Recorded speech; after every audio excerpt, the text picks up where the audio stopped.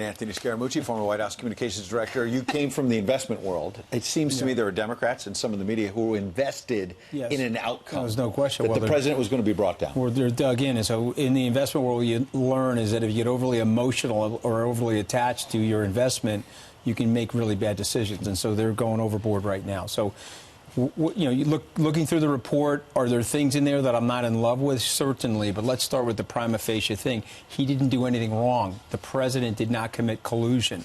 So how could you expect him 6 months into the presidency not to be frustrated or to express that frustration and righteous indignation about an investigation that turns out lasted over 2 years? So to me, they'd be way smarter. They want to try to beat him at the ballot box. So you're going to have a super tough time doing that because the economy's so strong.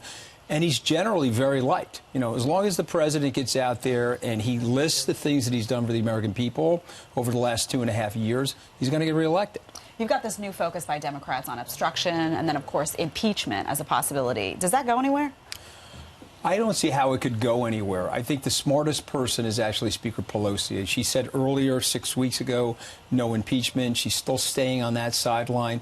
I get that people are trying to raise money off the notion of impeachment. I get the fact that they have fired up their base with a tremendous amount of anger, and so they therefore can generate revenue and capital off of that. But again, it's another very big mistake because the middle of the country, meaning moderates and independents, have had enough, and the right, it's already so far back in the rear view windshield. So to me, their best strategy would be, okay, who can we put in there that can compete with the president toe for toe on things like the economy, national security, and things like that? As we go into the summer, the Democrats will be toe-to-toe. They'll be going at each other.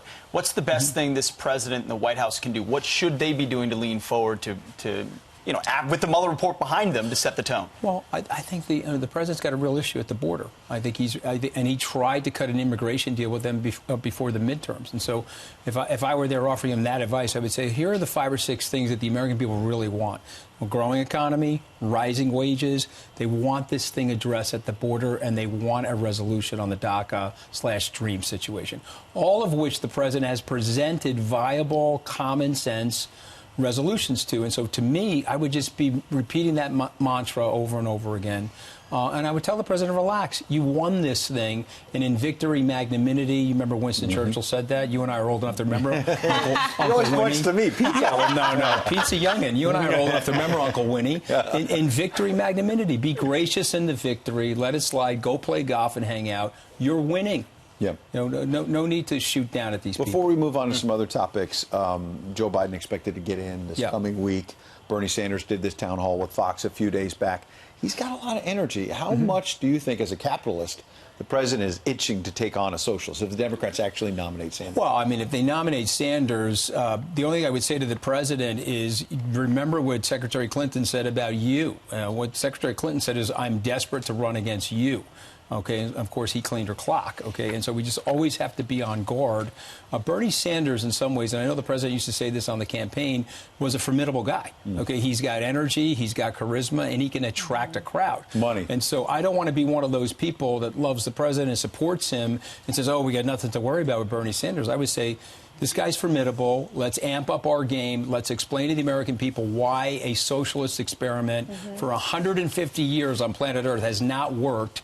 And why we have the best strategy, we have the best system to lift all boats in a society. So to me, I'm not saying I'm worried about Bernie Sanders, but I'm also not going to say, oh, that's going to be a no-brainer. We're going to slay him easily.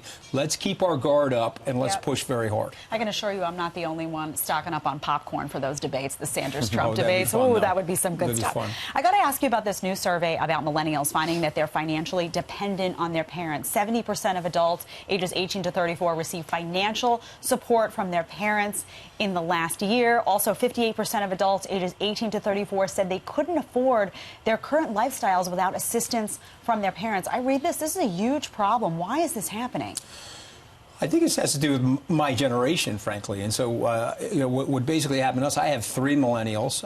And so what basically happened to us, I guess our parents sort of let us do whatever we wanted to do, and maybe it was a little scary for us. So we're snow plowing for our kids, we're helicoptering in on top of them, and we want to make sure that we're making their lives as easy as possible.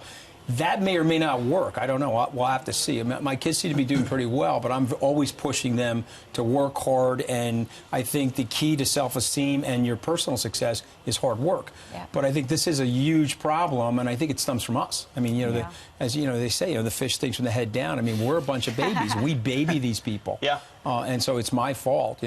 I've had to cancel. My son's gonna be mad at me. I've had to cancel my credit card. Stop using my credit card, okay? Please.